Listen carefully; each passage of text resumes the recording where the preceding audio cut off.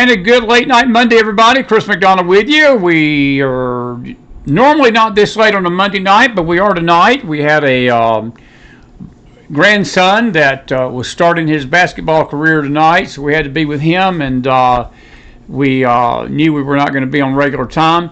But, we're not like this every Monday night, but if you have a late show, if you have a double feature, we are. But it's good to have Leslie Millwee on the phone with us tonight, our dear friend. Good to see you, friend. How are you tonight? It's been a while, and we missed you last week, but we're grateful you're with us tonight. How are you?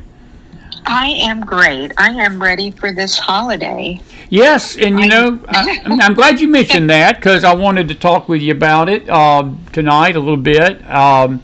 We're kicking off the week here, and we're going to be doing it all month. We're going to be celebrating America, and I want to ask you a question. Are you disappointed a little bit in the non-patriotism of some Americans and even some Christians that I know are not really celebrating our nation and being thankful for what we have? And I'm concerned about that.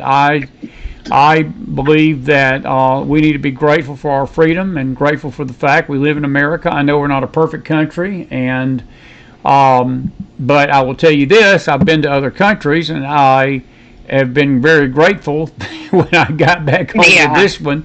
And I think we're going to keep acting like this, Leslie. It's like a bunch of petulant children. I swear, we're going to lose these freedoms, and we're going to rue the day that we complained about this country, because once America goes, there's no other hope beyond America. Ronald Reagan said that. He said if America goes away, the world at large will not understand freedom and democracy in a way that they do here. And I agree with that. How about you? Oh, I am so disappointed. I saw where 13% of Democrats say they're proud of their country. And to me, that's just mind-blowing because it's become completely political. It's not about the country anymore. It's about MAGA and Donald Trump and how they can hate. It goes back to if he cured cancer, it would be bad. They cannot, in good faith or whatever their deal is, they cannot support this country with Donald Trump as the leader. And you're right. I mean, it's a thing that started, I think, because like I was thinking back, be fair, how did I feel about America when Obama was president? I felt great about America. How did I feel when Joe Biden was president? I loved America. I didn't like what they did, but I loved my country. It surpasses who's in office for 4 years, for Pete's sake. That's what I keep thinking. So I think that's a huge decline. You've got the socialists taking over. They're, hammering all of these, not only cities like New York, but they're taking over. I saw Colorado's the next big push. I'm sure we'll see it in California. For now, I think Texas and most of the southern states are pretty set, but this is a huge problem that's going to be a generational problem for those upcoming, and it's not a good thing. No, and that figure you mentioned, only 29% maybe of Democrats are proud they're American, and nearly 66% say they're not. It used to be just the opposite, Leslie. We kept, I don't know if you remember this, we were told for years, during the Clinton years, and I would say during somewhat of the Obama years too, that the fringe left, like these same socialists that are taking over the country tonight, that only a third of all Democrats believe the way Bernie Sanders believed. That's what we were being told. And right. I think it's always been more. And I think that the proof's in the pudding when 66% of the Democrats polled just last week when they asked, are you proud of this country? And they said, no, we're not. That's 2/3. And I think it's always been that way. They've just hit it until now. And you've got 2/3 of the Democrat Party that's gone full-blown socialist, full-blown communist. Trump's calling them communists. He says these people aren't even socialists. I know. And look, I'm going to tell you something. A week ago tomorrow night, I felt a chill. I was out of town at a funeral last week, and I watched the results come in Tuesday night, and I'm going to tell you something. I felt a chill come over my heart for this nation. I know that the common wisdom is that what goes on in New York is not going to play out in the country, and I would say don't be so sure. It's playing out in Seattle. It's playing out in Minneapolis. It's playing out now in Colorado. It's definitely playing out in Maine. It's playing out all over the country. And yes, these may be blue states and so forth, but Leslie, they're targeting the red states. This is a trial run, and I think if they get a foothold in these blue states, I think the sky's the limit. They're coming for the red states eventually, and I think they're going to have more of a foothold than people may think. Well, look at 10 years ago. Colorado was a red state. Yes, it was. New Mexico was a red state. Arizona was a red state. We have lost, at least they had one or more senators and, more Republicans than Democrats. We don't have that anymore. Listening to Plattner, if you don't think that's not the scariest thing, and not only is it horribly socialist, bordering communism, it's evil. I mean, his tone, he reminds me of just what hate for this country, and I can't understand it. Him serving, I don't know how you go off the track that easily. I really don't. I'm blown away. I think he's got mental problems. There's no question about that. You talking about Bernie? But no, I'm talking about Graham Plattner. Oh, Graham Plattner. I think he's always been this evil. I don't think he's went off the plantation. I think this is who he was. I think they hid it. I think that they kept it under wraps until he ran. And again, they didn't have a lot to choose from with this Janet, the governor up Mills, there, yeah. Mills. And I think that they saw this opportunity. But Leslie, I wouldn't be concerned for Maine as much as I am tonight had it not happened again in New York, because I think everybody was saying the same thing. Well, that's just Maine, and this guy's got no chance. He won by 70%, buddy. I know. This moron communist won 70-20. I mean, that is unbelievable. That the Maine Democrats, I don't care how crazy nut jobs they are, I cannot believe that 70% of them said yes to communism. I know. And, speaking about Bernie, there's no question this man is a socialist, borderline communist, because he tells us he is. He spent his honeymoon in Russia. This man has always been exactly what he told us he was. I mean, he is for government running everything, health care, our monthly stipend, our properties, everything. I mean, he is what he is. And he does that under the guise of independence. But to me, an independent these days, I think it's just somebody that's afraid to take a stand against the Democrats, but yet they're not really conservative. I think there's a few exceptions to that. Maybe Kennedy is one of those.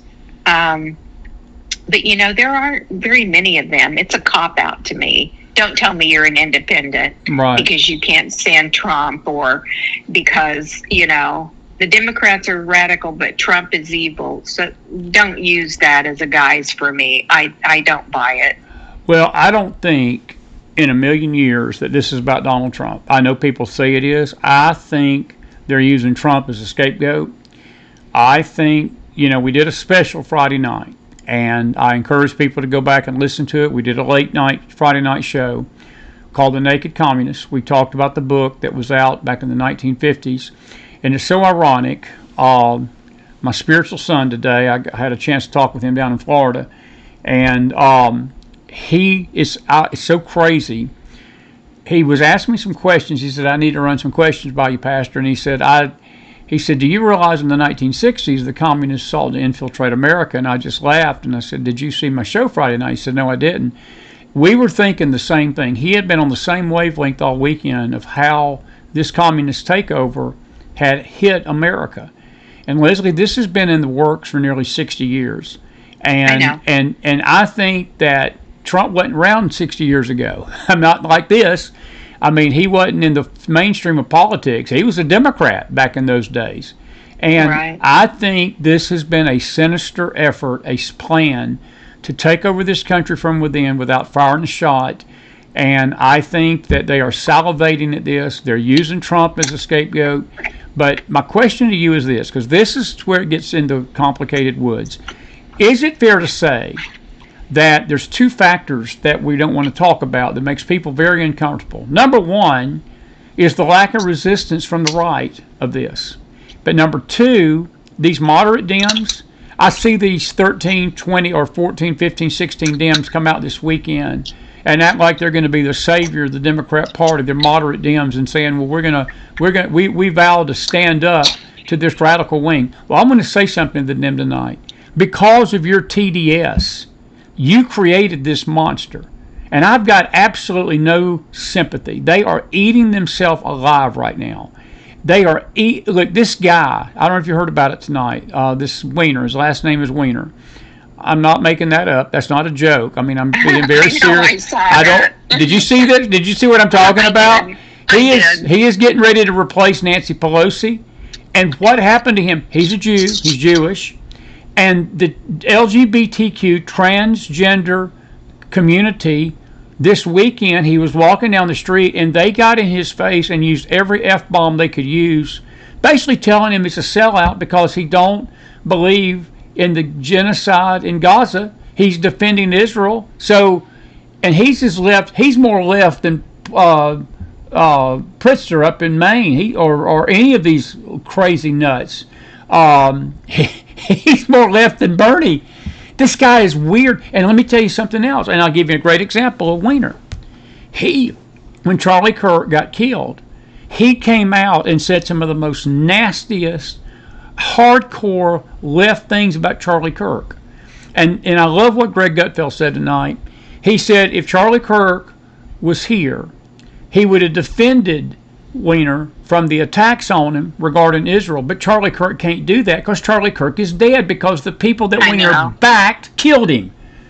I saw that. That was an amazing point. And yeah, I mean, when you have somebody so incredibly left like him getting attacked, I hope this scares enough smart people, and there aren't a whole lot of them in the Democrat, in the left wing. I won't even say Democrats, because let's say the extreme. Yeah, these people, you know, and they're going to pick up their toys and go home if you don't agree with them. Look how crazy that guy that got in his face. I mean, that guy is an absolute fruitcake. Absolutely. He is missing. He got, robbed at the gene pool, because this man, he was scary. And I hope they get that. I think Fetterman, I saw him come out and,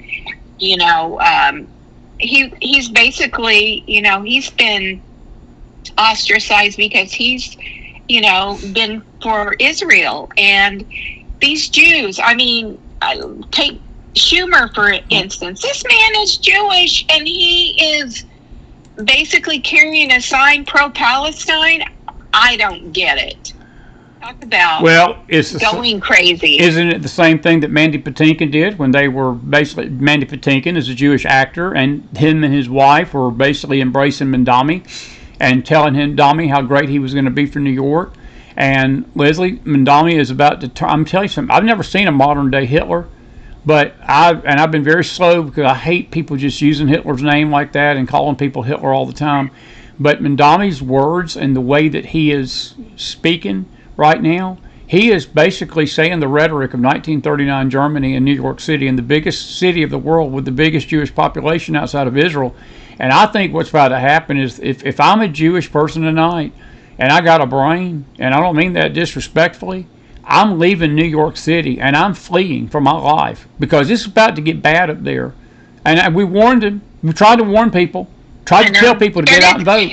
New York is not unique, sadly. I have a very good friend who's Jewish who lives in San Francisco.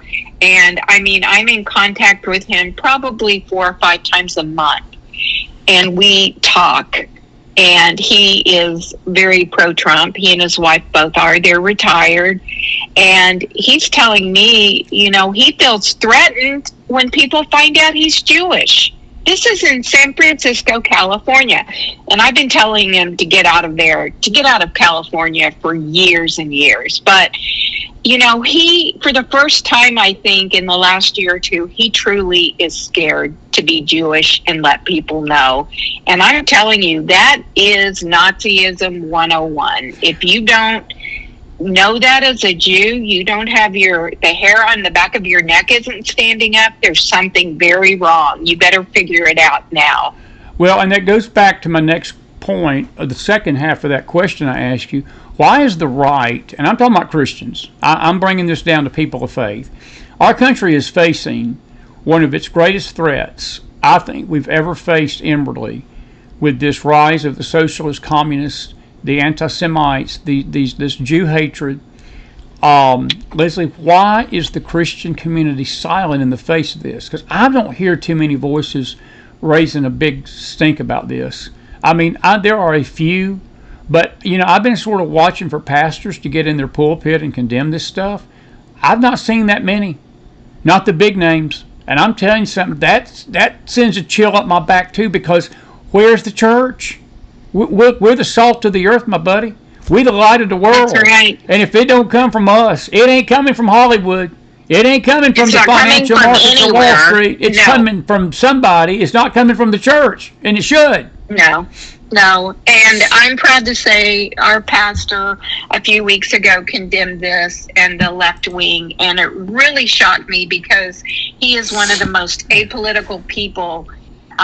He feels like that's right for the church. I particularly don't. I would like people to take a stand in church. I think it's important that you align yourself with beliefs that are godly, and to me, that is godly. So I was very happy to hear that. It did my heart a lot of good. But yeah, where are these pastors? I agree. Why isn't every minister, every rabbi screaming at the top of their lungs that we are on the brink of pure disaster? Well, let me just say it like this. There's a gentleman, and I respect him a great deal. I can sit and listen to his sermons, and I can shout hallelujah and amen. He's in North Carolina. He's one of, and I say this with all due respect, he's sort of a rising internet star. His videos are getting more and more views, and I didn't even know about the guy until about a year ago. But I heard him say something even this week on a video, and he was talking about, well, don't confuse conservatism with Christianity, and I agree with that, because there's a lot of conservatives that are not Christian. But right. He basically was telling his congregation, you don't need to get yourself involved in elections, and you don't need to get yourself involved in following a political movement. And I'm going to agree with that, but I'm going to tell you what I need to vehemently disagree with him in. If the Christians don't get involved in their government, and the Christians don't get to the polls and vote, we're not going to live peaceably, Leslie. And the Bible tells us to pray for the leaders over us that we might live peaceably.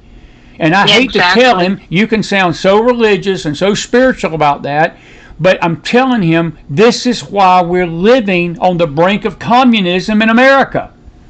Yeah, because we don't take a stand. And I kind of disagree, only for the fact that I don't know how you can be a Christian and not be conservative. Correct. Now, that's me. Nope. It just does not compute. Well, that's all he had to say. Let me interrupt you real quick. 1 second. I'm going to let you keep talking. I want to interrupt. I'm glad you said that. He's right about the fact that being conservative don't make you Christian. But what you just said is what he didn't say he should have said. That if you're a Christian, you can't be a Christian and have liberal values where you kill babies, promote perversion, promote lawlessness, and don't have no problem with the justice system, basically letting gang rapers go free. Okay? Exactly. Absolutely. Yeah. Am I correct here? absolutely. The two are not mutually exclusive. I don't know where he's coming from. You're right. He didn't finish it. And that's when, and I have friends that vote Democrat. I'm not sure they would. I have one friend in Seattle, and I didn't ask her who she voted for, that wacko Katie, whoever up there in Seattle, that's mayor. The mayor. But I just think that I would call her normal. And the one thing I love about my friend is I don't agree with her on a lot, but she will have a civil conversation, and she will make points that I can rebuke and give her. Well, I do. Good for you. No, good for you. You know, this is why this, and she may try to convince me otherwise. I always think I have a better argument. I hate to sound presumptuous, but I'm sorry, my way is better. And she is a Christian, and she doesn't believe in abortion. But I think you've got a lot of, like you said, you've got a lot of people that are conservative that are not Christian. And therein lies the rub. I think that hurts us a lot too. Well, and let me just say this. Is it fair to say that because Christians have not taken more interest in their government, that the government has been allowed in the past to pass laws and do things that have basically put Christians in the crosshairs of the Islamists and the jihadists? Because what we've allowed, I was listening, because I hadn't talked to you last week, so some of this is what's happened in the last week. The head of the Southern Baptist Convention gets up on his soapbox at the convention this past week, tells his congregants that they as Southern Baptists do not need to be backing any effort to monitor mosques in this country. That if they have a problem, that he has a problem with that, because if you monitor mosques, he said they can monitor churches. And I just, on a scale of 1 to 10, on a stupid meter, that's about 100. Because the churches are not preaching jihad behind their pulpits. And the mosques are. You don't bring your machine gun with you. Thank you. I mean, it goes back to that culture clash. We do not condone any way they live. They live by the death wish. We live Come on, buddy. We will live again. We live with Jesus. So our philosophy on life, our cultures are so diametrically opposed, they can never meet in the middle. So heck yes, we better monitor that. They're taking over our country. That's one way we can find out how many there are. And we just had that in a very large bedroom community of Tulsa called Broken Arrow. I think you've stayed there and been there. I have. And they were building this humongous mosque for what was quoted as up to 10,000 people. And I just got a chill, and it ended up getting shot down. I mean, people showed up by the thousands to protest this. This was in the last year. And, they came in, the Muslims came in telling us what great things they were going to do for the community. They were going to have this center, and they were going to do training. And my first thing is, what kind of training? How to kill the infidels? Is that what you're going to teach? Right. Because that's your motto. That is what your Quran says. So, no, we don't share any similarities. It's not like the Catholics and the Christians that overlap 80%. That is not what it is.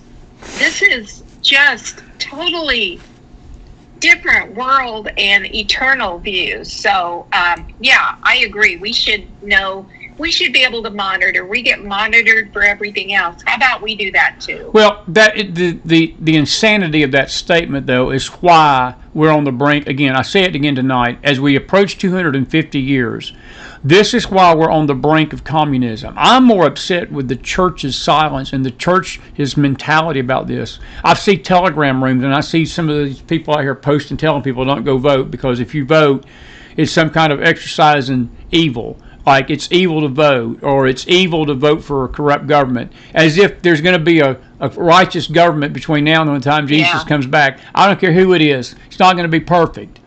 But I say this to the Christians. If you keep sitting around and listening to that nonsense and listening to that stupidity and doing that stupidity, you're not going to have a right to even speak that stupidity, because they're going to have your head on a Lancelot.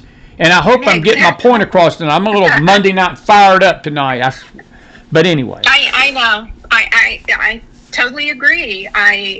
I'm so disappointed in Iran, just in the fact that you couldn't trust them to lie a good lie to your face. I mean, they're just the biggest cheaters, liars.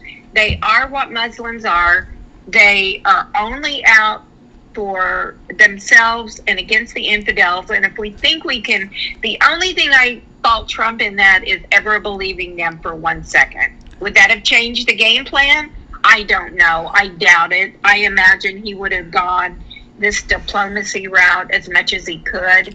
But I think it was Jesse Kelly I was listening to. He said, every time they break the ceasefire, tell them you're going to blow up 10 bridges and do it. Yeah. And then, and do something that's tangible and sends a message. It doesn't have to be radical, but do what you said. Don't bomb the whole place. And I thought that was really kind of brilliant. Kind of a tit for a tat. I mean, you said you were going to do this. Let's do it. Well, I'm glad you brought that up, because that leads me to my next subject with you. I wanted to talk to you about the Iranian situation and Trump and Israel, because there's been concern that Trump's rhetoric against the Jewish state has sort of put it's made it harder for Israel to defend herself. Now, there's been a major development today, and again, I got in late tonight, and I've not really been able to sit down and prep as much for the show as I like to, but I do know that there was a breaking story this afternoon that Lebanon and Israel have agreed in terms, the two nations at least, to a ceasefire. That Lebanon has come out and basically told Israel, said, our beef is not with you, and I hope your beef is not with us. We're trying to get the same element out of our country that you're trying to get out for us. And Lebanon, it's a game changer, because there's never been such a declaration from Lebanon to Israel. And Leslie, I was very disappointed. I have to tell you, again, it doesn't cause me not to love President Trump or not support him, but I will be the first to tell you I was very disappointed in his rhetoric at the G7. I was very disappointed to hear him say things like, well, if it wasn't for me, Israel wouldn't exist. You start getting into that kind of arrogance and that kind of statement, you are putting yourself in the place of God almost. And I don't think Trump wants to be there right now. Look, he's going to need the Lord's help to survive what's coming right now. And I'm telling you, I would be humbling myself. I would be finding a place of repentance. I'd be finding a place of humility and prayer. I'd be calling every spiritual advisor I've got that I know that knows the Lord, and I would be saying, hey, pray for me. Can you tell me what to do? But I sense that something's going on with him right now, and I don't know if it's his legacy that he's trying to protect. And again, this is my opinion. These are my thoughts, and may not, be everybody's out there. But I do believe that he has, I'm not going to say hurt himself, but I think that a lot of people that I've talked to have been very disappointed that they thought this kind of rhetoric would come from Joe Biden and Barack Obama and even Bill Clinton, not Donald John Trump, because he's been a staunch supporter. Do you think there's something more going on with that? I don't know. I think what goes on behind the scenes is not always what we see. I don't know who he's trying to pacify, and yes, there's probably some narcissism and some grandiosity going in that. I mean, it is what it is, and the thing we love about him is that he speaks up and says the way it is. Maybe that's where he's at. Maybe he is so frustrated with Israel.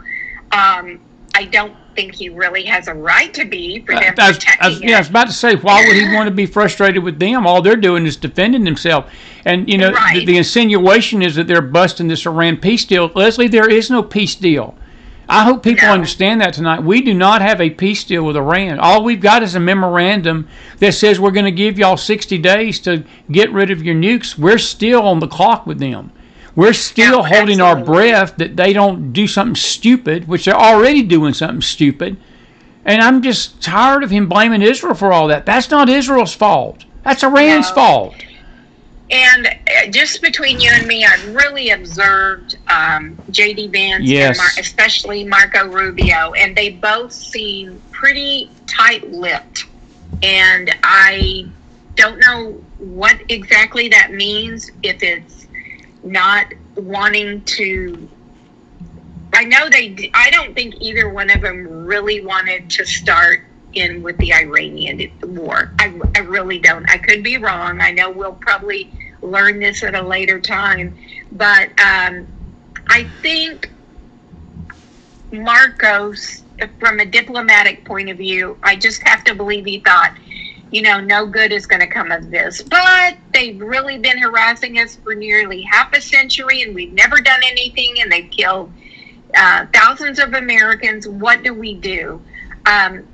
It's kind of a damned if you do, damned if you don't kind of thing. So you pick the best scenario. I think Marco is probably, of all those people we just talked about, he's probably of the coolest head and, logical maybe. I think JD is too, but maybe he's balancing that too. Maybe he's lashing out, and I mean Trump is lashing out. I don't know. I just have to believe there's more going on behind the scenes. I think if it comes down to brass tacks, Trump is always going to protect Israel. That's my gut feeling. I don't like what he says, but I always believe that's where he stands. So what you're saying is, if, let's just say that Iran attacked Israel tonight, and look, that's a real possibility. Right. I'm not saying they're going to. I think their forces have been so decimated, I don't know if they could. But Leslie, I hold to this belief, and again, I guess only time will tell, only history will tell. And I don't know how long it is the Lord's going to tarry. I know what the Bible says is coming to that region of the world. My brothers and I talked about this tonight on group text. This thing with Lebanon was very prophetic in many ways. It's a realignment of the Middle East. And we know that before all hell breaks loose, there's going to be a season of false peace. And Paul said this in 1 Thessalonians 5, when they shall say peace and safety, then sudden destruction shall come upon them as travail upon a woman. Now, I do not believe that what we're seeing right now is the fulfillment of that fully. I think what we're seeing is an echo of things to come, and the realignment is going to put Israel in a false sense of security that she is going to accept a man that she thinks is her Messiah. And he's coming out of the Middle East. Just want to bust the little Trump haters buttons. Trump's not the Antichrist. Jared Kushner's not the Antichrist. But let me just say this. I'm seeing these things, and I do believe that they are part of God's plan for that region of the world, because we know that the ultimate goal in all this is to bring Israel back to God, to bring her back to Him. And she's going to have to be brought to her knees. And look, it may require that America not be in the picture to help her. And that's what, I guess, it's such chills at many people's spines, because the rhetoric that Trump was saying, it was almost like that he was telling Israel, we're not here to help you. If you keep doing this, we're going to cut off aid. And JD was sort of saying stuff like that a little bit, and that he didn't feel like we were obligated to help her militarily. But I didn't think I'd live to see the day that an American president and vice president would say such, not openly like that. Yeah, I know, and I just don't know. I mean, maybe there's some major thing going on too in Israel that I don't know, that Trump's upset about, that JD is upset about, because he has never, he's always been the biggest Israeli cheerleader on Right. the planet. So when he does say things like that, I think it's just absolutely disturbing as Christians, and we take it literally and we say, uh-oh, there's some major problem. But we also have to remember that Trump is a big bloviator. He likes to talk. He likes to share his opinion and his wisdom. And maybe he thinks Israel's making these terrible problems. Maybe he's trying to, bring a wayward child back into the fold. I don't, you never know what he's thinking. I'll agree with everything you just said, and I'm not going to disagree with that. I will say this though, and this is on our country. Let's take Israel out of this equation. In our 250 years of existence, have we ever gotten involved in the Middle East and it worked good for us as a country? Absolutely not. Never. Absolutely Never. not. And you can say that. Look at the Russian Empire. Look at what happened to the Russians back in 1980 when they went into Afghanistan. Brezhnev convinced them to go into Afghanistan thinking that was going to end well. It ended in the destruction of that empire and ultimately to the fall of communism later, because they bankrupted themselves. They got bogged down for almost a decade. Reagan got elected, and he vowed to take the communism. He vowed to take him out, and he didn't fire a shot.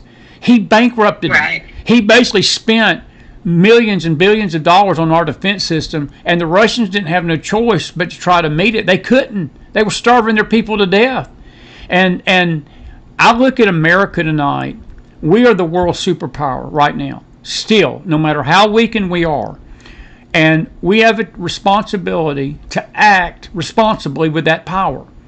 And I'm going to throw this at you. I made a statement last week, and see if you agree with this. Is it fair to say, because one of his criticisms about Israel was that they took too long to finish October the 7th. And now his criticism with them is that it's taken too long to get rid of Hezbollah. Well, if I was advising President Trump, and I felt like he wouldn't fire me on the spot for telling him this, and I probably would get fired on the spot for telling him this, but I would tell him, say, Mr. President, if you would help Israel, why are we not over there fighting these terrorists with our military just like they are? Why aren't we not over there fighting Hamas? Why are we not over there fighting Hezbollah? Because let me tell you something. If we would have put our military behind Israel and helped them fight these terrorists, it would have been over in 2 weeks. It wouldn't have taken Israel 2 years to fight this battle and be accused of genocide. But we're scaredy cats. It's cowardly to me. Do you? The one thing that I'm thinking, and is always in the back of my mind since the Iran war started, could Trump be just waiting until their back is completely broken, until they have nothing? I wish he'd quit saying the war is over. It's not over. Quit saying that. Keep doing what you're doing. They have to be so decimated, Chris. They have to just be, to the point that you're causing all of these millions of people such sadness and grief by not being able to eat or get medical care or have fresh water. I'm sure there's so many horrible things. And I have to believe maybe he's trying to weigh that and just say, we've got to break this backbone of power. We have to do this. And maybe he feels like Netanyahu is not doing that. Well, maybe him or with him. Maybe he does. Because he's not supporting them doing that. And I also think Bibi sold him a bill of goods. He did not make him go in and do what the U.S. did. He's always probably wanted to do that. But what about Bibi being very, I don't know, exaggerating how quickly we can end this conflict and all of the intel that came. And I'm not saying Israel's not without fault. I don't want to make it. I want to make it clear that I understand that there's two sides to this coin, and there may be some legitimate things that Trump's upset with him about. But this is what I told my dear friend Ruth Guggenheim. She is a dear friend over in Jerusalem, and we had a program Thursday night, very well watched, and She and I both agree that whenever these two countries of America and Israel, they publicly spat, because Leslie, I've got spats that I have all the time with my brothers, but I don't get on the internet. I don't air dirty laundry of my family on the internet. It's none of anybody's business. And I hate to say that. People are so freaking nosy sometimes, and it's so repugnant to me, a nosy busybody. I just wish people would mind their own business. And I'm going to say this about America and Israel. I think every time that their enemies, and I'm talking about Iran, I'm talking about any enemy of America, any enemy of Israel, they see distance between the American country, the nation, and the Jewish state, the enemy is going to fall right in the middle of that. They're going to usurp that or exploit that difference and that distance, and they're going to use it to destroy both nations. See, and that's what I don't think Trump gets. I think Trump don't realize that even though he may be right in his justified anger to Israel, I'm not going to say that Bibi's perfect. You know, one of the comments I just saw in the chat about saying F the bomb to Netanyahu's not good. I've been saying that for 2 weeks. The person that needed to hear the F bomb was those mullahs, not Bibi. Yeah. But I know. You didn't need to do it publicly. That's my thing. No. Shut up. No. Fix it. Get in a room. Scream at each other. Get this out of your system, and then go out there and tell the world, Trump to tell the world, you mess with Israel, I'm going to mess with you. If you keep bombing them, I'm going to send American bombers to you, Hezbollah, and we're going to blow you from kingdom come. That is leadership. And we don't seem to get that. We just don't seem to get that. Part of the problem is you've got 90-some% negative media coverage of Trump, and I'm including Twitter. That's including true. all those bots. Okay, so even 10 years ago, we didn't have this level of discussion in front of the public. Trump is on TV, on the media, on Truth Social every single day of every single week of every single month. When you have that kind of coverage and that kind of thing, I always kind of try to put myself in that. I'm pretty good if you give me a short leash, but I'm probably going to say something that I may regret or I may didn't want to say publicly if you give me too much time. And I think that's that way with anyone. I think we all, and Trump likes to talk. I know. I don't think this isn't the first time this kind of a spat has occurred, is my point. I think it probably happens more than we could ever know, going all the way back to before Lincoln, Washington. But it wasn't aired publicly every day and compounded by more Trump remarks. I'll agree. And I'm not blaming him for that, but it's what happens. Let me change subject, and it's a good discussion about this, and we'll just wait and see. I think that's the consensus with most people I've talked to about this.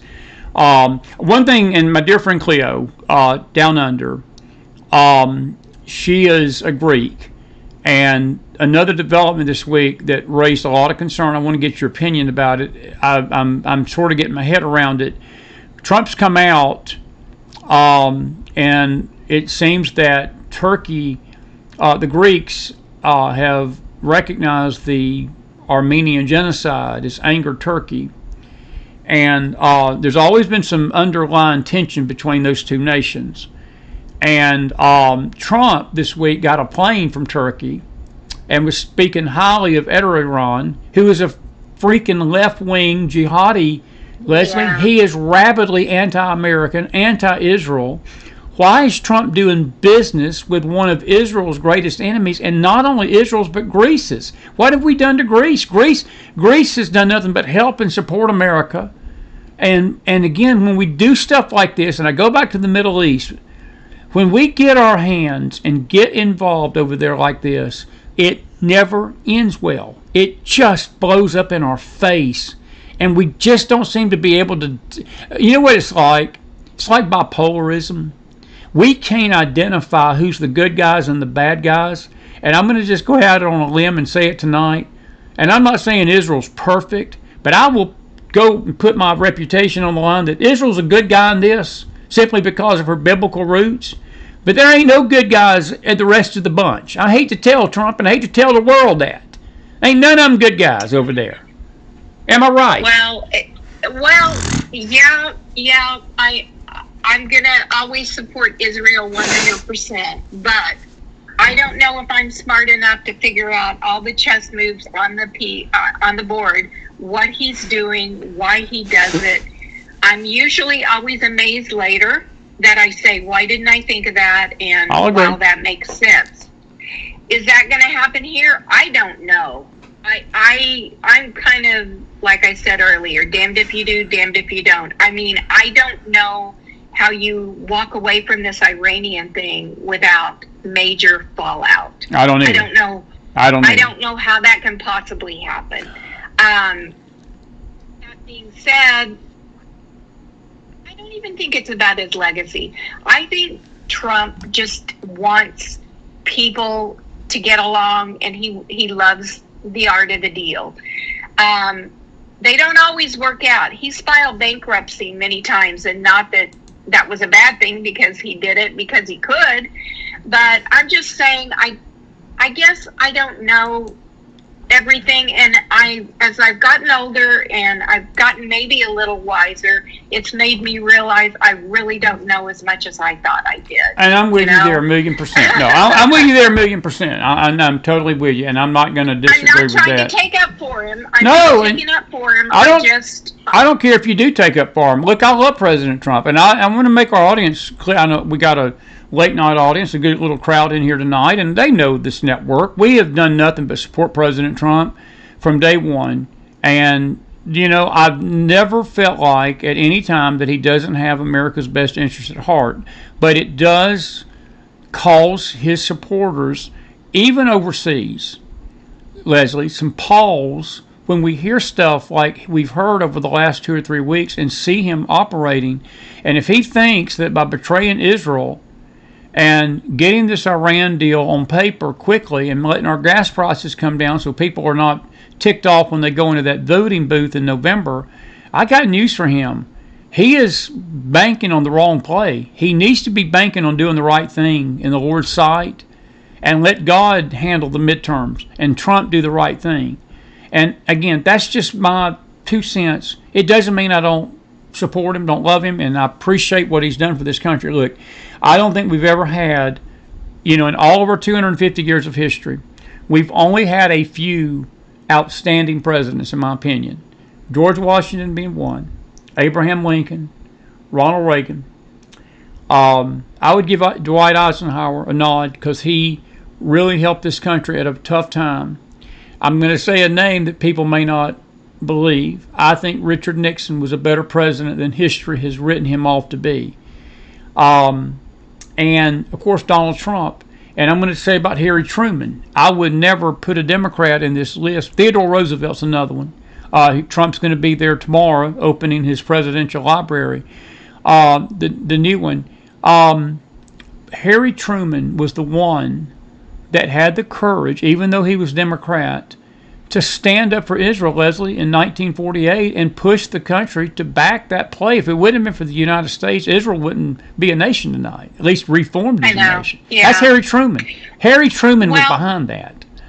They were different then. Let's be honest. If you think the Democratic Party in the last 50 years has been anything like that, you're sadly mistaken.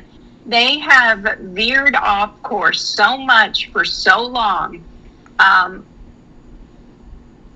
That's why I have to believe that we have got to do something now. We're on the precipice of really losing our country when we let all of these socialists.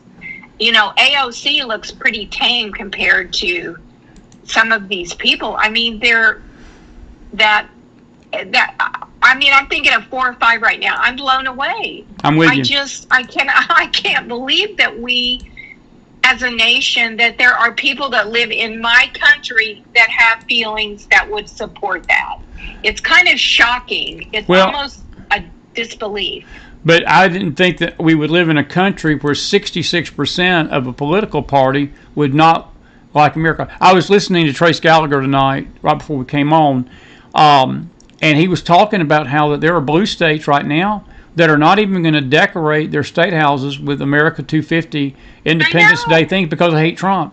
They're not going to send people to the Great American Fair. They're not going to participate in anything that DC's doing. It's almost like we got two countries, Leslie. It's already like we already got almost a mini civil war going on between communism, fascism, and our freedom and democracy.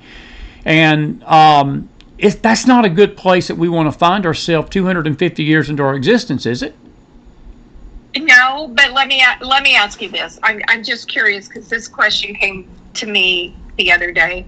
If Trump was not the president, let's say it wasn't even a Democrat, let's say it was Marco Rubio, do you think this would still be happening? Yes. At this level? Yes. I do too. I don't think it has to do with Trump. I know he's the scapegoat, and I know that's what people think. I think this party is evil at its core. And look at Bush Jr. Look, I'm no fan of Bush Jr. I watched them tear that man to pieces over 8 years. Bush Jr. didn't do everything wrong. He did quite a bit wrong. And it was funny that I heard Christian voices in the early 2000s screaming up and down that we should have elected John McCain. Well, I wonder where that would have got us. I wonder where all these Christian voices are right now, looking back on what we know now, what John McCain was about.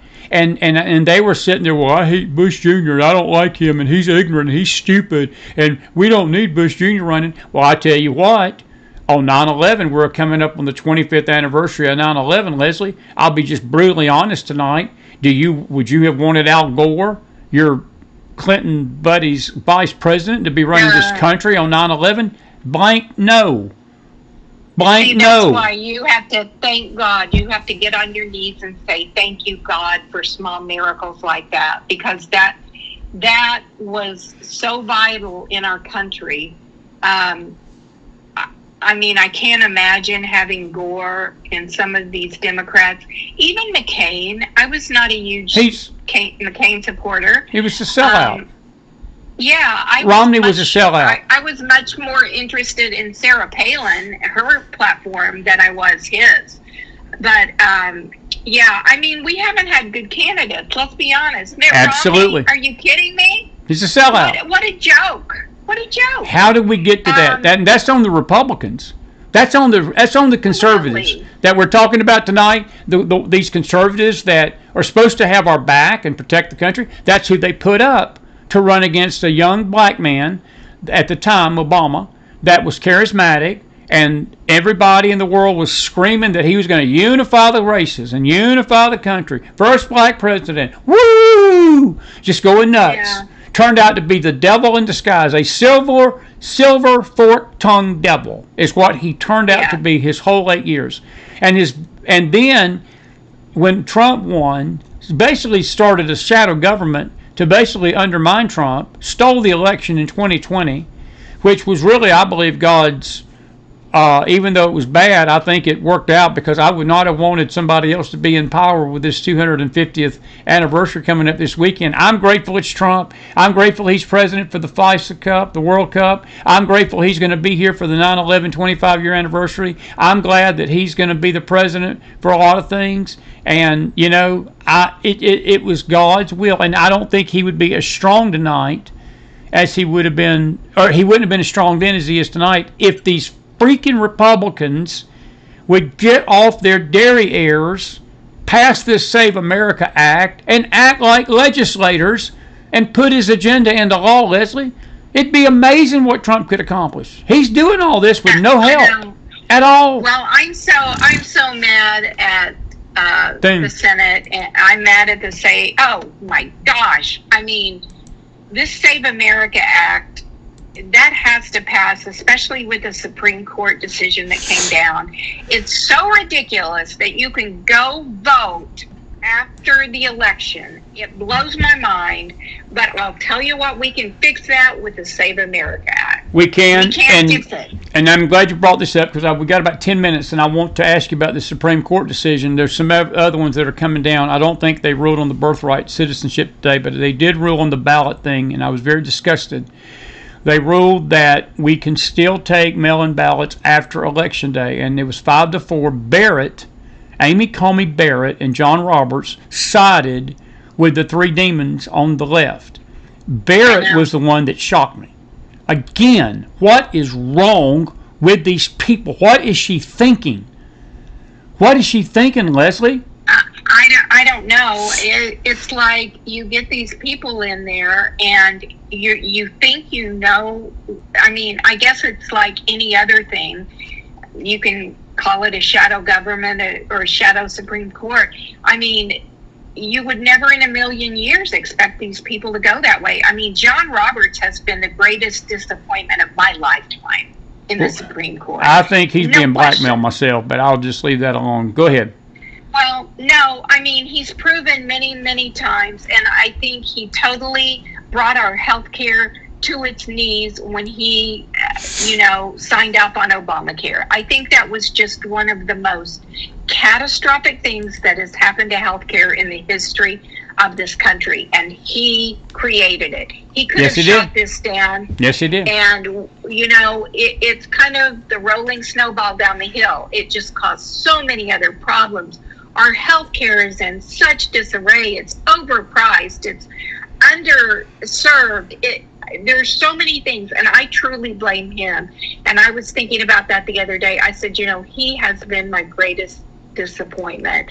I had such high hopes for him. And I'm so disappointed. But she is too. Barrett's been mine. Too. I have to tell you, Barrett's been mine. I know that she was put on that court for the abortion vote, but I think there's a private disdain in her heart for Trump, and I think that she's got a little TDS too.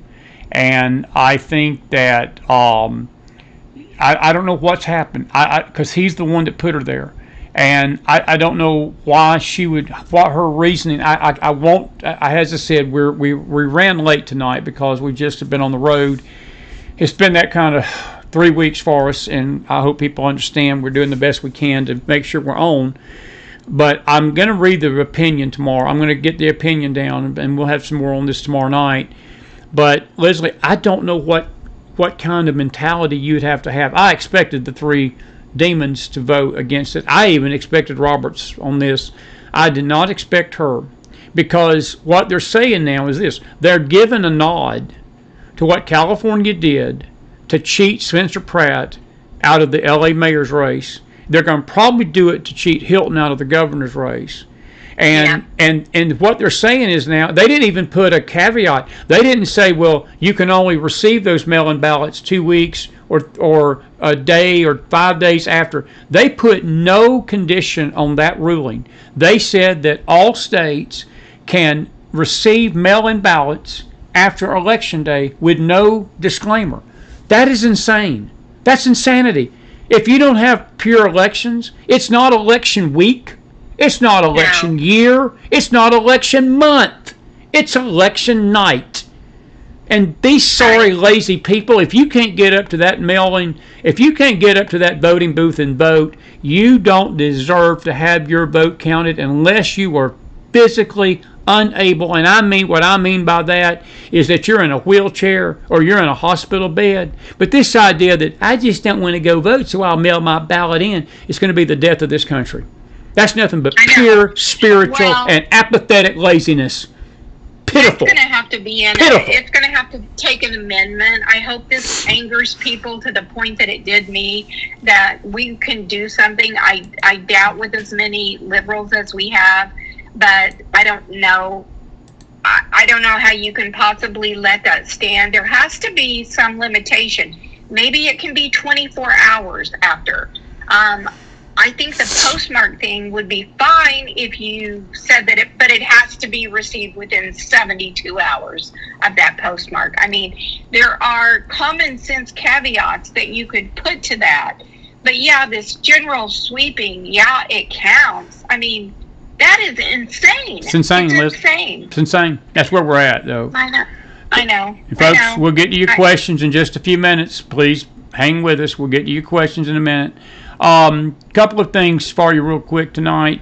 How do you think the birthright citizenship is going to go? I've got a bad feeling they're going to say these kids can stay, and I think it's going to be the biggest mistake. My brother said it to me tonight. He said that with the ruling today on the ballots, and if they rule tomorrow or this week that these birthright kids, these anchor babies as we call them, can stay, he says our elections are over. He said our elections are basically sunk and screwed for the next 30 years.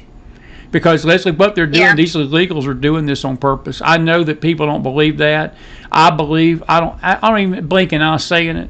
These illegals are using our system against us. They're coming over here having these babies. And you know what it does? They're a bunch of little slicksters.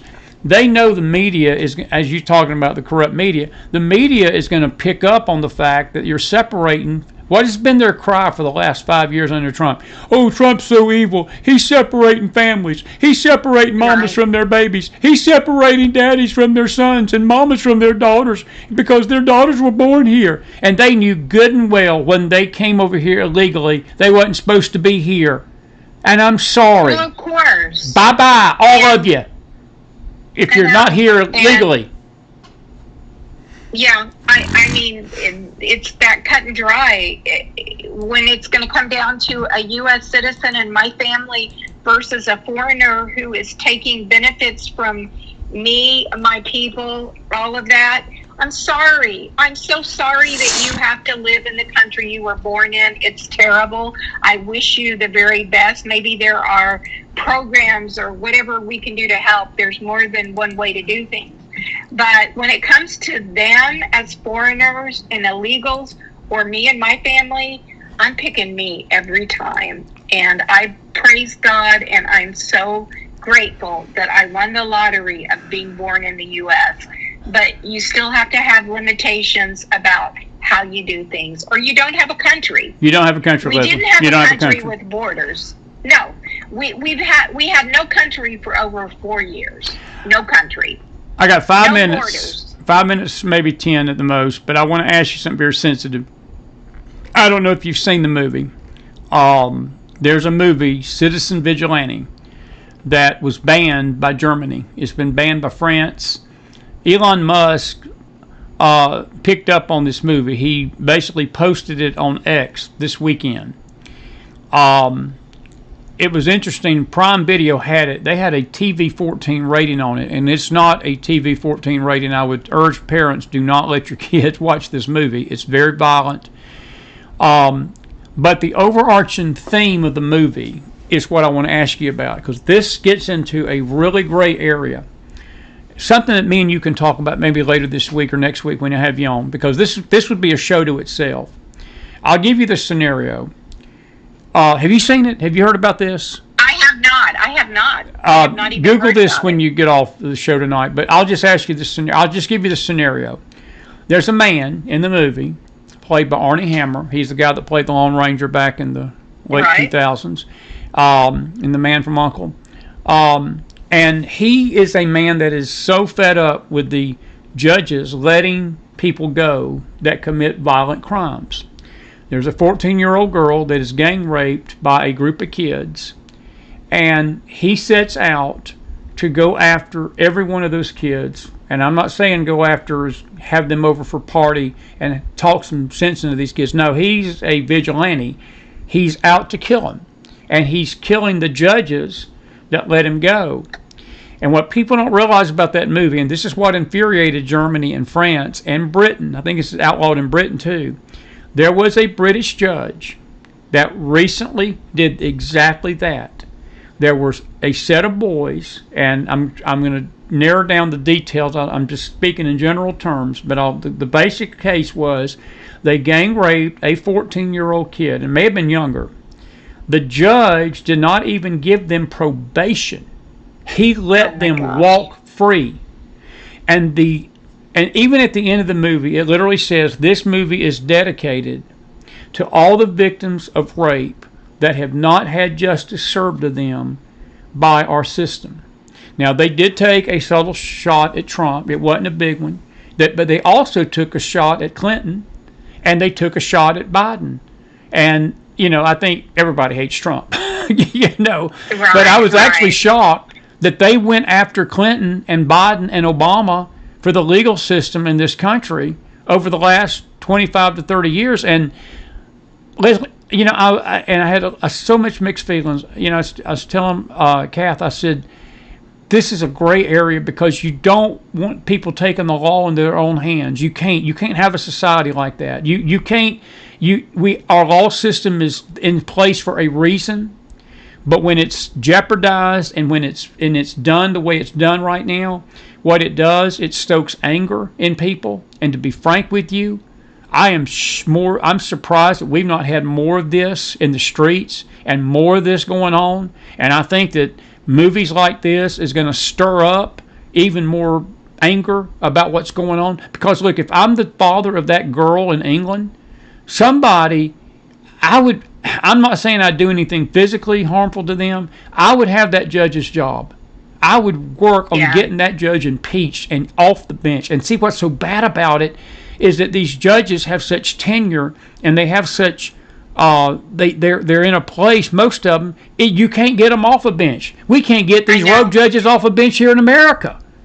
I know. Well, yeah, look at what all of these hundreds of judges that Biden and tens of hundreds. I mean, it's been, I know that sounds like Biden. I mean, 300, 400, 500 people have been placed, and Trump can barely get his picks through. They're embroiled in red tape all the time. But all of these judges, these are liberal. Gee, I know you murdered a kid, but you were 17, so we're going to let you out when you're 21. I mean, I see that kind of thing every day, and we can't have that. We have to go back to more of the system we enjoyed in the past. Well, we don't have that, and it's because of liberalism. But I'm going to tell you this. As I was watching the movie, again, it troubled me. It was weird. There were so many feelings I felt watching it. It was a very graphic movie. I mean, I would not recommend it for kids. I wouldn't even recommend for parents to even watch it with their teenagers, honestly. But I would say that if you do see it, just be aware that there's a lot of graphic violence, graphic language, some other things that are graphic. At least there's a scene or two in there that's graphic about it. But the whole purpose of the movie is about the pursuit of justice for victims that did not get justice from the system. And you leave the movie not wanting to see the vigilante get away with it, but there's a small part of you that understands why he should have gotten away with it. That's not a good place we want to be in society. That's not a good place we want to be in society, my friend. No, and I don't want to have to feel like I have to do that. Thank you. That's it. That's what I'm trying to say. Yes. Most people don't want to feel like that. I mean, God forbid somebody come after my kids. Woe be to them. That's all I can say. And I can slice and dice it a million ways in my brain what I would do. And, you honestly don't know what you would do in a situation like that. I think the rage of not having justice and just the rage of having evil like that is so overwhelming. I can't imagine. Just from what happened to me, from a physical standpoint, I can tell you just the anger of someone getting by and mocking you and laughing when they get by with, some people, literally murder or rape or all of these things. It just brings out a part of you. It may not be pretty. I know we try to push it down, but you don't know what you're going to do in a situation like that. And I would fear what I would do. I don't think I would have any qualms about going after someone that hurt my family. I can honestly say that. Well, let me put it like this. This vigilante wasn't Batman. Batman didn't have a gun. This guy had a gun. And let's just say that when all was said and done, the criminals wasn't happy to see him show up, but the judges wasn't happy either. But again, this is something we're going to follow because it was so weird that Elon Musk, I put it like this, it moved Elon, it ticked Elon off that England blocked this movie. So did Germany, so did France. I'm surprised there's not been more effort in America to do this. It's really weird. but he made it free to all to view on X this weekend. And as I said, it's pretty graphic. It's pretty graphic. But I wanted to get your opinion about that because I'm with you. You know, we're going to have to find a remedy for these rogue judges because it is disgusting to me. Absolutely disgusting. Barry, your comment is right on. Our justice system is disgustingly unjust. And if you gang rape a girl, you've got 6 boys against a 14-year-old. Them boys do not need to see the light of day for the rest of their natural-born pathetic lives. They need to rot in prison, if not worse. That's my opinion. Yeah, I agree. And I mean, I think you could take this back to the case that happened in the Dallas area. This poor guy that was murdered, Austin. Yes, same thing. Same thing. I mean, the same thing. The guy was 17, now he's 19 when this happened. He was literally within weeks getting ready to turn 18. But that's not even the point. This kid obviously is screwed up. You can only listen to his parents to understand that. This kid, I'm sorry, I would like to think young people can be rehabilitated. But if they've been born and raised in an environment of hate and racism like this kid, like this young African-American kid was, I don't know that can ever be rehabilitated. And quite frankly, you taking somebody's life by stabbing them in the heart, you don't deserve to be rehabilitated. You know, learn to preach in prison. That's your rehab to me. Yeah. Well, I will say this about the kid, Anthony, the one you're talking about. He is not remorseful for the killing. He is remorseful for getting caught and being in prison for the next 35 years. And his parents are pathetic out there claiming that this is racism. I want to make it clear to the parents. No, when your son sticks a knife in somebody's abdomen and kills them in cold blood, that's not racism. That's called murder. I don't give a flip what color your skin you are. I don't give a flip how many people are on that jury that were white or not. Had nothing to do with it. And I'm just sick of hearing this. I'm sick of, and this, but my point is making my point tonight. There's an anger that's growing in society for stuff like this. And it's Absolutely. I'm afraid, Leslie, we're at a breaking point, and we don't want to see the streets turn into chaos where people are just going out killing people thinking they've done something bad and they've gotten away with it. Because isn't that not what happened with the United Healthcare killer, Mangione? Oh, yeah. He thought the United Healthcare guy was evil, so hey, I'll just go kill him. I'll go shoot him. I'll go knife him. No big deal. And he's got his people applauding it. I know. I think I just saw where Charlie Kirk's parents and Erica will be in the courtroom for the upcoming Tyler Robinson, all the trial and everything. And my heart breaks for them. My first thought was, oh no, don't do it. That would be horrible. And then part of me is like, you stand up for what you believe. You go. You get in there. You will be powered through by the peace of Jesus, but you have to make a stand against this kind of evil. And I'm proud of them for doing that. I can't imagine the grief that they're going through. I'm sick of people picking on Erica Kirk too. I am so fed up with that. Me too. I'm sick of it. And you know, it seems Tucker and Candace is sort of wound up in the background all of a sudden. They're even off you don't hear much about them anymore. They've had their time of fame and they're sort of fading in the woodwork. But I will tell you this, that this has been an ugly year. You know, if you think about it's been an ugly 12 months in our country. When you go back, because we're coming up on the year anniversary of Charlie Kirk, ever since Charlie got killed, it's been an ugly time for us. Is it not? Oh, it is. I mean, you think it can't keep getting worse, and it does. And I do think people want to blame it on Trump, but I think there's just so much evil. And if you don't believe me, look at what's happened to Great Britain. I mean, I think Great Britain is past the breaking point. I don't know. Yes. I don't think they can, even with Nigel Farage and all of his well-meaning things that needed to happen 10 years ago, and I think that ship has already sailed. It sailed. My golly, if we don't figure that out from what we've watched, a beautiful, wonderful United Kingdom go to hell in a handbasket. I mean, my goodness. That's unbelievable to me. We have a stepping stone to the future. You better look at it. Well, and, just thinking of another story I just heard about today, 3 girls basically murdered a mom of 5 today, and 2 of the girls were sisters, and they're on video laughing about it, thinking it's cute.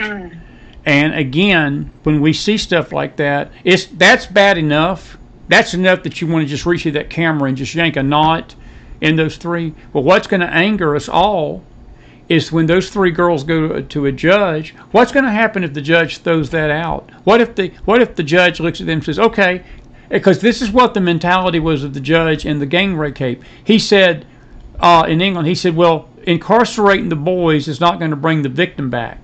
Does he not understand how evil that statement is? It's not about bringing the victim back. It's about justice for the victim and the family. Yeah. That's Absolutely. what we're teetering on right now. And that's a McJustice show for down the road we need to do. But it's been good stuff tonight. Listen, I'm going to ask you a question. No, before you go, let me ask you this. As we enter into this season of honoring our country, what is the greatest, give me 2 things. Give me the greatest thing you're proud of for America, but also the greatest concern you have as we celebrate 250, and wrap us up on that tonight. Okay. The greatest thing, I just think we got so many things right. I don't think you can say this was it, but I do know it was founded on Judeo-Christian principles, and we have a moral compass, and I think those are 2 factors that make us unique of anyone else in this world. And the foresight that our founding fathers had, and just the fact that they had enough. Think of the year they're in. They're 250 years ago, and they thought of most of these things. How much more do you have to believe that's inspired by God and God alone? You have to believe that they, like us today, said, God, give us the wisdom, give us the reasoning, help us. And that should give us faith for going forward. We know what's right. God gives us those markers that we should know, and I'm grateful for that. I guess that the flip side of that, of course, the bad thing is it doesn't seem to matter anymore. It's not held in the special place that it should be. We don't honor Judeo-Christian. Christians are being persecuted now too. It's not just Jews. There are people. I was with someone today that I was starting hospice for their spouse, and what was said to me when I said, do you have a religious preference? That's usually the way I start things. Right. I was screamed at and told, there is no God. Do not bring that up. Do not send a chaplain. We do not believe that way. And let me tell you, as somebody that talks to people at end of life, that is a heartbreaking thing to hear. That's I bet the first thing. No, it is. My heart falls. And I think goes back to, thank you, God, that you founded this. Please don't let us ever lose sight of this. I couldn't say it better. I think that's, me and you are on the same wavelength. That's why we're dear friends, and you're precious to me. And I hope you know that. Listen, I'm going to let you go. It's been late. Thank you for being up with us tonight late. And the Chris and Leslie show is going to be premiering soon on Spotify. We're trying to work it out right now, but all these interviews we're doing, we're going to be putting them on Podbean, and that once we put them on Podbean, that means they're going out on Spotify, Apple, iTunes, and we'll be giving details about that. But these are some good discussions with you, Millwee. I appreciate you. Absolutely. We got to get our baseball teams back going, or my Braves are sucking right now, and the Astros have been sort of struggling all year. So we got to get our baseball teams back in gear, don't we? Amen. Life will be better for me right there. So, thank you. Absolutely, buddy. Have a good night. I appreciate you. Thanks for what you do. You bet. Have a good night. Bye-bye. Leslie Millwee, everybody. Put some fire in that house. Precious lady right there, a dear friend. And for those of you that don't know who Leslie Millwee is, she is one of the unknowns that Bill Clinton molested, tried to, and did some very bad things to. You didn't hear about her because she never went public with a lot of the stuff, but about 8 years ago, Juanita Broderick came on our network, and we interviewed Juanita, and Juanita's been busy. She just can't come anymore, but she introduced me to Leslie, and Leslie's been a regular guest ever since, and we appreciate her, and she's always given good insight, and we've just become dear friends over the years. She's precious, and I appreciate her coming on tonight. Good insight. She got good insight. Listen, it's late. We're going to be back tomorrow night. We've got a lot to talk about. I've got a lot of video to play. And if you enjoyed Leslie, put some fire in that house for tonight. And just a couple of questions I will answer tonight.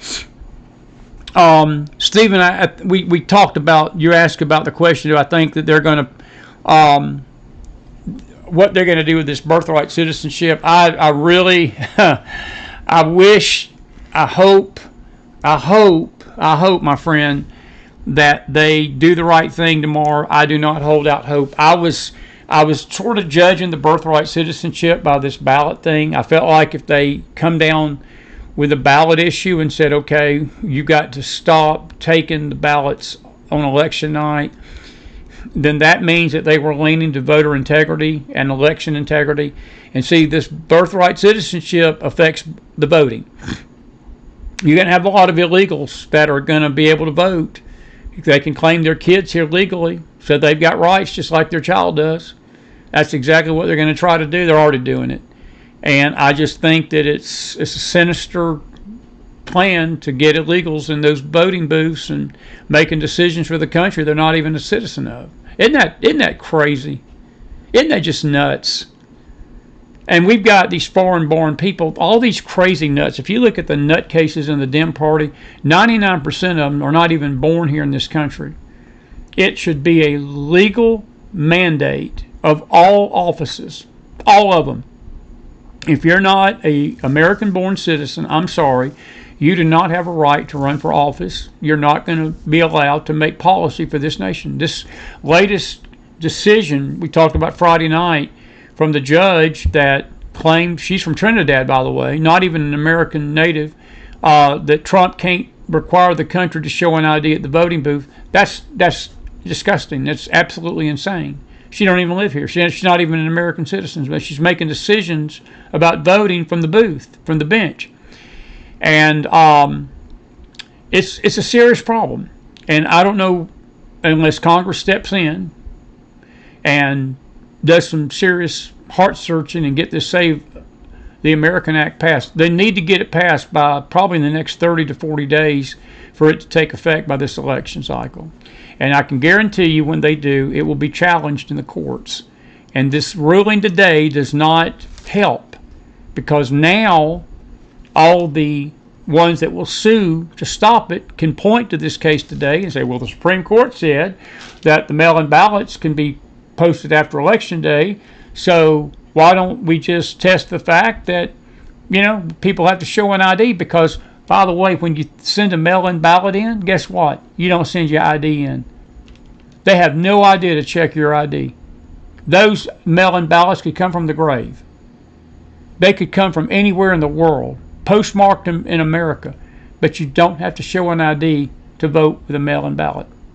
Folks, that is as sinister as it gets. By the way, if you listen to us Friday night, that's the Communist Playbook. It's part of the Communist Manifesto. It's part of the Communist effort to destroy this country. It's subvert justice and subvert election integrity and subvert our borders, subvert our education system, subvert entertainment, subvert the church, subvert the family. Have the world tell us what to do. Have the UN tell the United States what to do with our sovereignty. It's happening. Stephen, I don't hold out a hope. On a scale of 1 to 10, I probably would say it's about a 3 out of 10 that it's going to come down on the side of Trump. And I'm being generous. That's sort of what I hope. I don't think it's going to happen. That's just my opinion, buddy. Anyway, good to see Marcia in the house tonight. Good to see you. And anyway, and grateful to see everybody. If you got a question in there tonight, need questions. One person said, "Why does the Supreme Court rule this nation?" They don't rule this nation. But the fact of the matter is, the reason that we have elections is the president is supposed to pick these justices. I think your question is legitimate, Annie, in the fact that many times they rule, and it seems to be the final word sometimes, because so many people sue if they don't like something. They take it to the Supreme Court. The Supreme Court has become a political body, and it's never was intended to become a political body. It was supposed to be an executive, judicial branch of government that functioned above politics, and it's not happening tonight. The president appoints the justices. If a Supreme Court justice gets out of line, Congress has the power to impeach, but they're not going to impeach. They're just not going to do it. You got to have 2/3 of a vote. In this atmosphere, we can't even get 55. This is the horror of it. We got 55 Republicans in the Senate. We can't even get 55 Republicans to do what's right. So to try to get 66 votes to impeach a rogue judge, that's a pipe dream. That's the state of affairs in this country. I wouldn't say they rule the country, but their rulings do have a big effect on the thing. There needs to be checks and balances. If we were operating as a government the way we should, they wouldn't be ruling the country. I'll just say it like that.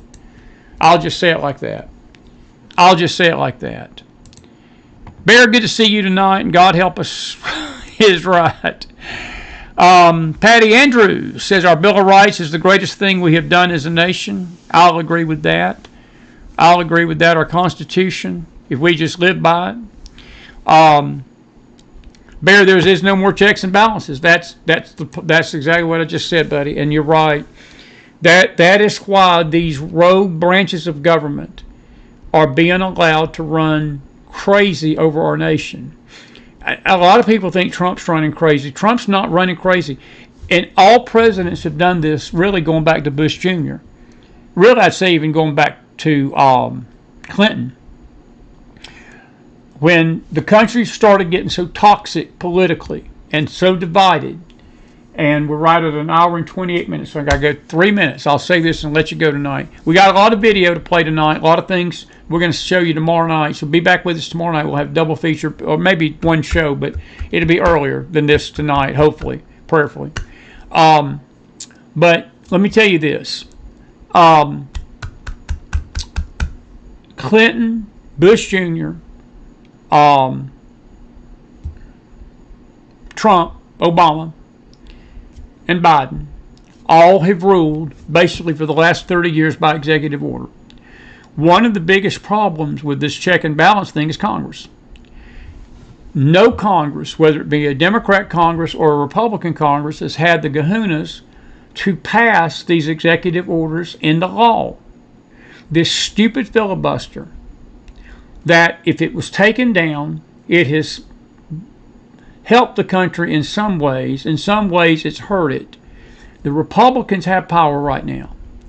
If they would use that power rightly, there wouldn't be a Democrat elected for 100 years.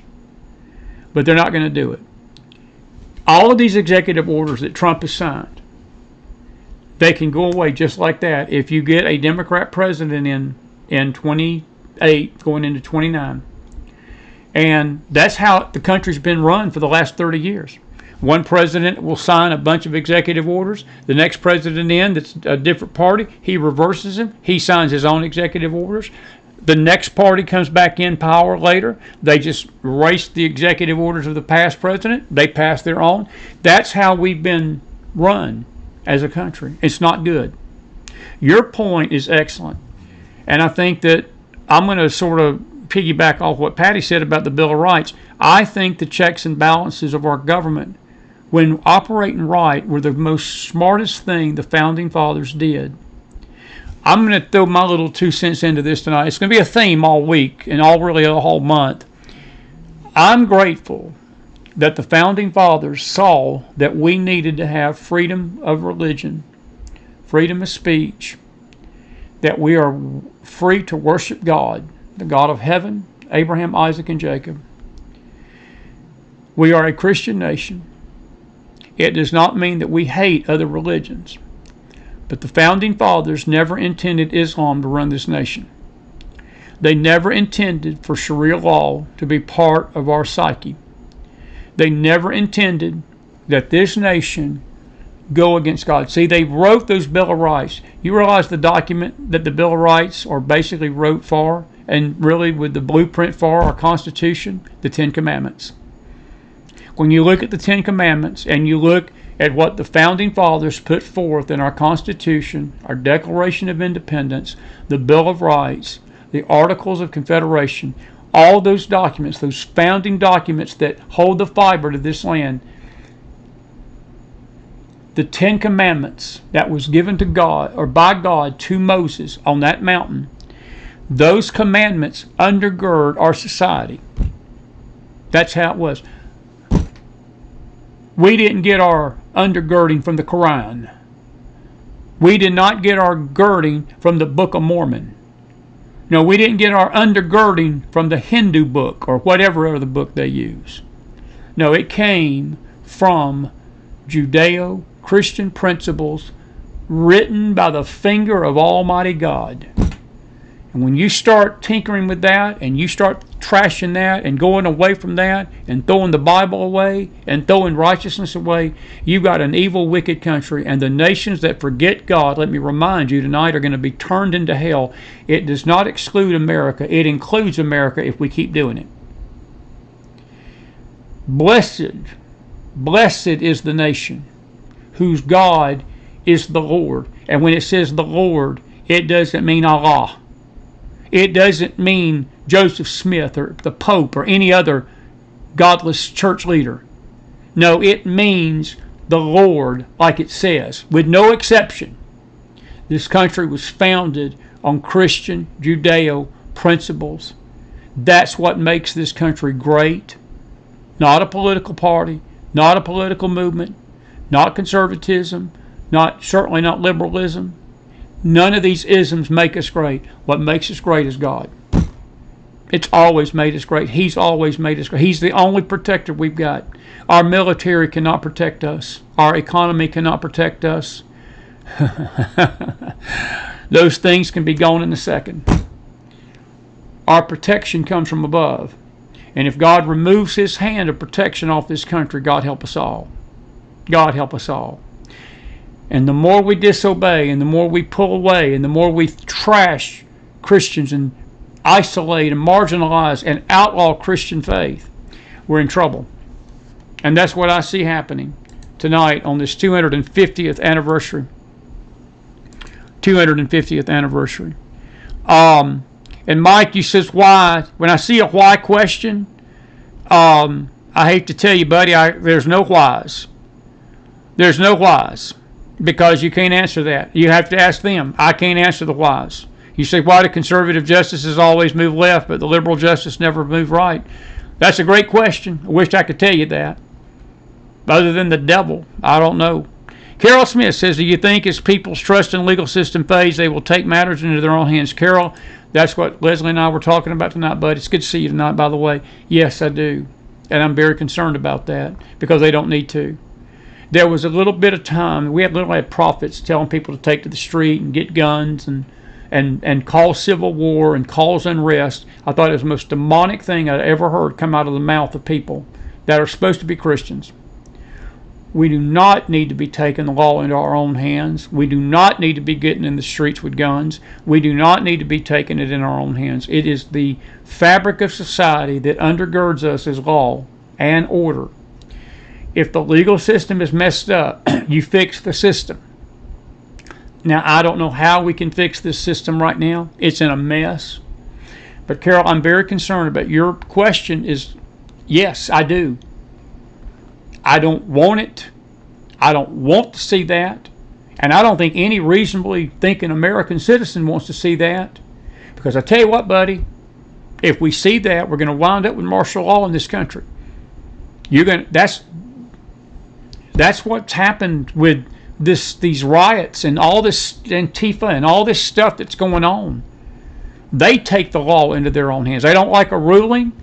They don't like something that happens in government. They just go out and start bombing cities, bombing buildings, killing people, knifing people. The left's already doing it. If the right starts doing it, we got civil war. And I'm not so sure we ain't already got it. I'm praying that cooler heads prevail. But there's a reason. I tell you what, Carol, I'll leave it with you like this. It's already happening in Europe. That's why this movie hit a nerve. Look, I wouldn't recommend this movie, as I said, to the kids. I just wouldn't. But this movie hit a nerve with the German government, the French government, and the British government, because it was a rebuke to that incorrupt justice system over there. But I'm going to tell you something. There were elements that I hope some American judges were listening to, because we're doing the same thing over here in many cases. And I'm holding my breath that justice is truly served with Charlie Kirk's killer. But I'm telling you something, this legal team that he's got, we've got these lawyers that are trying to protect the guilty. And what we're doing about the good-evil thing, I'm going to be a little very blunt right here.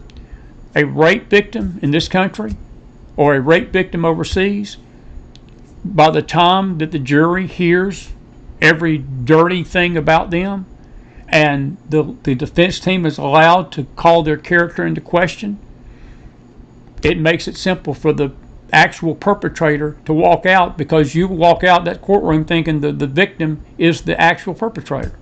That's happening. It's not right. It is demonic. But it is where we're at. And it's angering people to the point that they're eventually going to say, we've had enough. We've had enough. And I don't want to see that. We need to fix this system, and these judges need to start ruling from the bench rightly. I don't know if they're going to. There's no indication they will, my friend. It's good to see you. Good to see you.